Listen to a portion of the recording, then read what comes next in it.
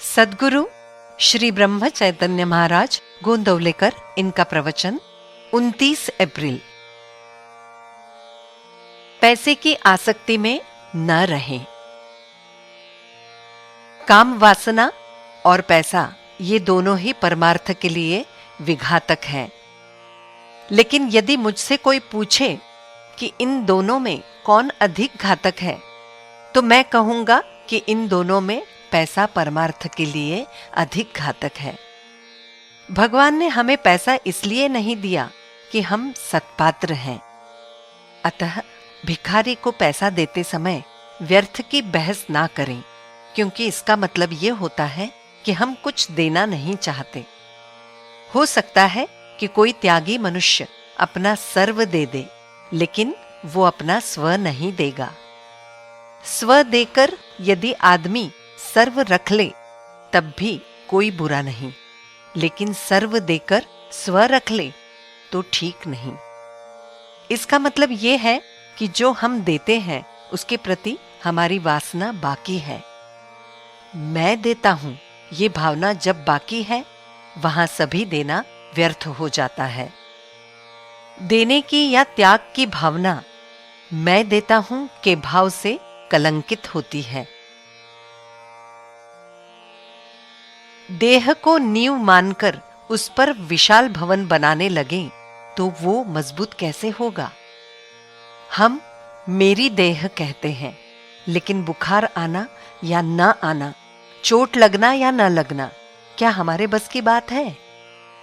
हम कहते हैं मैं अपनी रक्षा करूंगा, किंतु रास्ते में ठोकर लगते ही हम गिरते हैं तो लोगों को हमें घर लाना पड़ता है। यानी हमारा जीवन कितना पराधीन है। देह द्वारा कितना भी कार्य करा लो, लेकिन वो अत्युच्च चोटी तक अर्थात पूरी सफलता प्राप्त नहीं कर सकता। अभिमान से किया हुआ कार्य अत्युच्च पद पर पहुंच ही नहीं सकता। भगवत इच्छा से किया हुआ कार्य ही पूरी सफलता प्राप्त कर सकता है। समर्थ रामदास स्वामी जी ने देह बुद्धि को नष्ट कर राम का अधिष्ठान रखकर कार्य किया, इसलिए वे इतना विशाल कार्य कर पाए।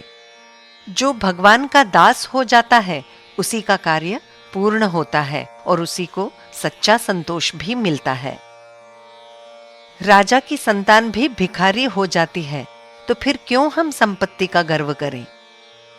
पैसे के कारण प्रेम में खराबी पैदा हो जाती है और बिल्कुल करीब के नातेदार भी दूर हो जाते हैं, कभी कभी दुश्मन भी हो जाते हैं।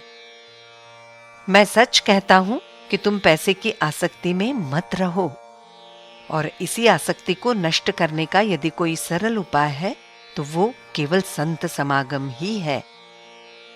हम कहते हैं कि आज सच्चे संत कहाँ हैं, किंतु हमें सच्चे संत मिले ऐसी व्याकुलता नहीं होती। हमें संतों में संतत्व दिखाई ही नहीं देता, इसलिए कि हम में व्याकुलता नहीं होती। जो राम सत्य युग में था वही आज भी है, लेकिन हमारा भगवत भाव ही कम हो गया है, तो क्या करें।